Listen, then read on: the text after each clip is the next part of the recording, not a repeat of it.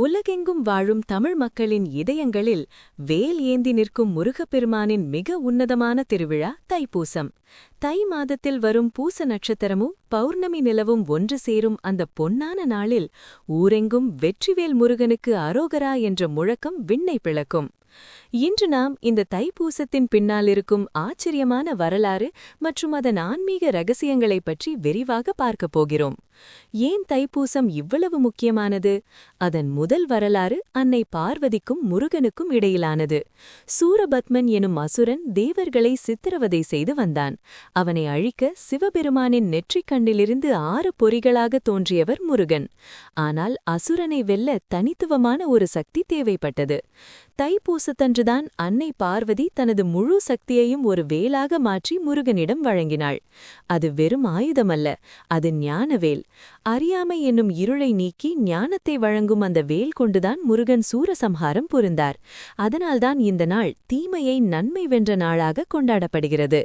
புராணங்களின்படி சிவபெருமான் தில்லை அம்பலத்தில் ஆனந்த தாண்டவமாடி முனிவர்களுக்கு காட்சியளித்ததும் இதே தைப்பூசத்தன்றுதான். அதேபோல் 19ஆம் நூற்றாண்டில் வாழ்ந்த மகாத்மா வள்ளலார் தனிப்பெரும் கருணை அருட்பெரும் ஜோதியாக இறைவனுடன் கலந்ததும் இந்த நாளில்தான். வடலூர் சத்திய ஞான சபையில் இன்று வரை தைப்பூசத்தன்று 7 திரைகளை விளக்கி ஜோதி தரிசனம் காட்டப்படுகிறது. நம்முள்ள இருக்கும் 7 விதமான மாயை திரைகள் விலகினால் இறைவனை காணலாம் என்பதே இதன் தத்துவம். தைப்பூசம் என்றாலே நம் நினைவுக்கு வருவது காவடி. இடும்பன் என்ற அசுரன் அகத்திய முனிவரின் கட்டளைப்படி 2 மலைகளை காவடியாக தூக்கி வந்தபோது பழனியில் முருகனால் தடுத்து நிறுத்தப்பட்டான். அதன் நினைவாகவே இன்றும் பக்தர்கள் காவடி சுமைக்கிறார்கள். பால் காவடி, பன்னீர் காவடி, புஷ்பக் காவடி என பல வகைகள் உண்டு.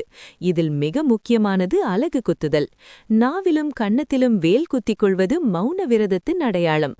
தேவையற்ற பேச்சை குறைத்து மனதை இறைவனிடம் நிலைநிறுத்தவே இந்த வேல் குத்துதல் செய்யப்படுகிறது.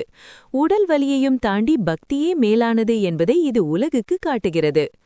தமிழகத்தில் பழனி, திருச்செந்தூர் என அறுபடை வீடுகளில் திருவிழா கோலாகலமாக நடக்கும் அதே வேளையில் கடல் கடந்தும் தைப்பூசம் புகழ்பெற்று விளங்குகிறது. மலேசியாவின் பத்துமலை, சிங்கப்பூரின் ஸ்ரீ தண்டாயுதபாணி ஆலயம், இலங்கை, மொரீஷியஸ் என தமிழர்கள் வாழும் இடமெல்லாம் இன்று கோலாகலமாக இருக்கும்.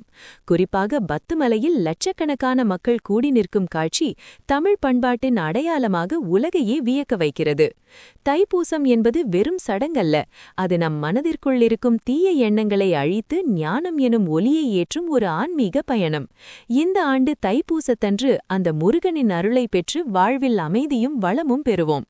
வெற்றிவேல் முருகனுக்கு அரோகரா.